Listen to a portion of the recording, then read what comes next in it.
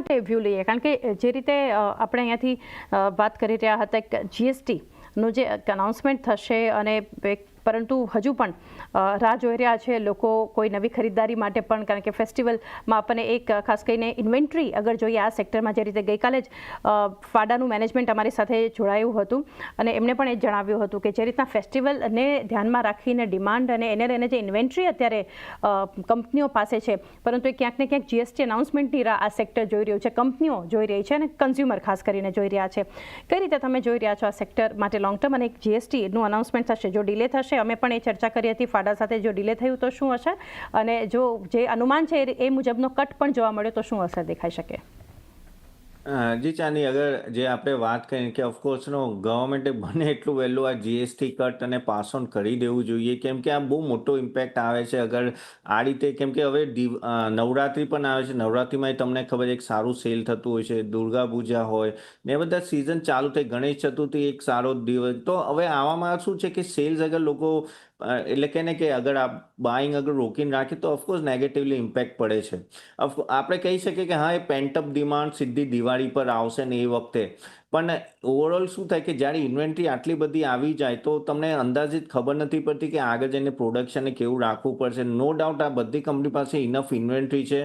હા, એક rare earth મટીરિયલનો જો ઇસ્યુ હતો એના લીધે હવે થોડું, હવે એમાં પણ થોડું સાંઠગાંઠ થઈ છે ચાઇના સાથે, એટલે એના લીધે પણ થોડો ટુ વ્હીલર્સને થોડો ફાયદો થશે કે નવા પ્રોડક્શનમાં આવશે.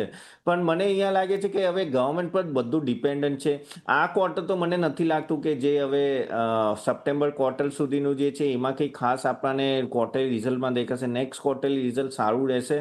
અને પણ અગર તમે કહો કે કયા સેક્ટર, આમાં પેસેન્જર વ્હીકલમાં એક સારું એવું બૂસ્ટ આવવું જોઈએ, કેમ કે શું છે કે જે સ્મોલ કાર છે એમાં પણ જીએસટીનું કન્સેશન મળશે, તો એ બધા મારુતિને તમે જો all time high almost touch કરી રહ્યો છે, તો એ બધામાં એ સારું બેનિફિટ મળશે બધી એ એફોર્ડેબલ કાર્સમાં. એસયુવીમાં હજી પણ એ લોકોએ કટ નથી કર્યો, તો જોવું પડશે ઇમ્પેક્ટ. ટુ વ્હીલરને તો ટોટલ ફાયદો છે, તો આઈ થિંક ટુ વ્હીલરનું બહુ મોટું ડિમાન્ડ આવશે, પણ જોવું પડશે હવે ક્યારથી આવશે અને ક્યારે લાગુ પડશે. આઈ થિંક ગવર્મેન્ટે પહેલ કહીને બને એટલું વહેલું લાવવું જોઈએ. એટલે આ ક્વાર્ટર તો મને નથી લાગતું કે એટલું કંઈ રિઝલ્ટમાં આવશે, પણ માર્કેટ ડિસ્કાઉન્ટ કરશે નેક્સ્ટ ક્વાર્ટરને. પણ ઓવરઓલ હું આ પૂરા સેક્ટરમાં તેનો બુલિશ છું, તો આઈ થિંક નેક્સ્ટ 2-3 ક્વાર્ટર્સ તો સારા રહેશે. બસ જોવાનું છે ક્યારે જીએસટી કટ આવે. 2-3 ક્વાર્ટર તો સારા રહી શકે છે. જીએસટી કાપનું કઈ રીતે અનાઉન્સમેન્ટ થશે, એક નજર સેક્ટર માટે રાખીશું ઓટો ઇન્ડસ્ટ્રી પર. બજાજ ઓટો માટે કુનાલ કઈ રીતે વ્યૂ રહેશે? 0.5% ઉપર છે, ડેઝ હાઈ પર ઇન્ફેક્ટ આ કાઉન્ટર 8,794 પર ટ્રેડ થઈ રહ્યું છે. બજાજ ઓટો નિફ્ટીના ટોપ ગેનર્સમાંથી જોઈ રહ્યા છે. પહેલા 8,790 પાસે અત્યારે કાઉન્ટર ટ્રેડ કરતો આપણને જોવા મળી રહ્યો છે. વ્યૂ ડેફિનેટલી અત્યારે આ લેવલ પોઝિટિવ સાઇડનો થઈ રહ્યો છે. જે પ્રમાણે અત્યારે સ્ટોક ટ્રેડ કરી રહ્યો છે 21/100 એમના પોઝિટિવ ક્રોસઓવર સાથે અત્યારે સ્ટોકમાં મોમેન્ટમ જોવા મળી રહી છે. અને આજના દિવસમાં જોવા જઈએ તો જે રેલી આપણે જોવા મળી છે એના વિશ્વાસ સારા લેવલ એક્સપેક્ટેશન આપણે રાખી શકીએ. 8,797 પાસે આ કાઉન્ટર ટ્રેડ કરતો આપણને જોવા મળી રહ્યો છે. પ્રેઝન્ટ લેવલ પર જ ખરીદારી કરીને ચાલવાની સલાહ રહેશે.